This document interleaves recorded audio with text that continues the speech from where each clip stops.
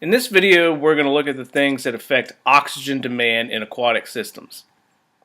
So remember, biochemical oxygen demand, or BOD, represents the amount of oxygen that is removed from a water source based on temperature.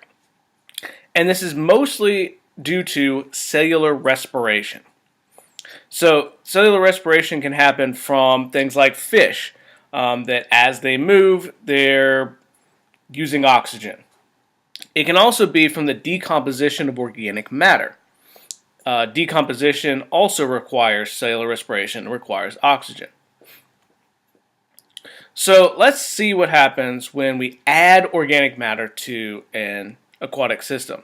Like, let's say we just allow waste, human waste or animal waste, to go directly into the water. So we've now added a large amount of organic matter that will then start to be decomposed by a lot of these decomposers. And as it does so, they're going to be doing a lot of cellular respiration and removing a lot of oxygen. And this can result in hypoxic conditions. And this is where the amount of oxygen goes way down and can result in fish kills, complete lack of productivity, even dead zones in the ocean. Now, eutrophication happens in a slightly different way. So in this, we have runoff or waste that enters the system and brings with it nutrients.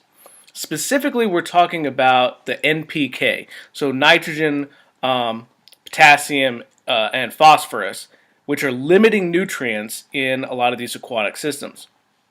So when we add a lot of excess nutrients, what ends up happening is algae are going to use those nutrients, and we're going to get this huge increase in the algae population. We call this an algae bloom. As they are blooming, the algae is going to use up all of those nutrients, those excess nutrients. Now there's no more nutrients for the algae that's there, and eventually they're going to start to die. Now we go back to just how it was before when we had the waste. Now you've got a large amount of organic matter in the system, and decomposers are going to take over. They're going to break it down, do the same thing, suck up a lot of the oxygen, and can result in hypoxic conditions. So in other words, too much nutrients can actually result in a system that cannot sustain life.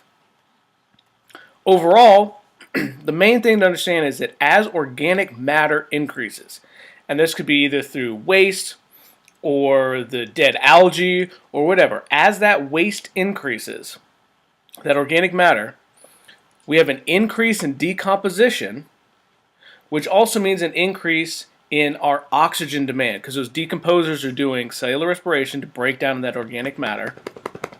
And that's going to result in a dramatic decrease in the oxygen content of the water and potentially hypoxic conditions.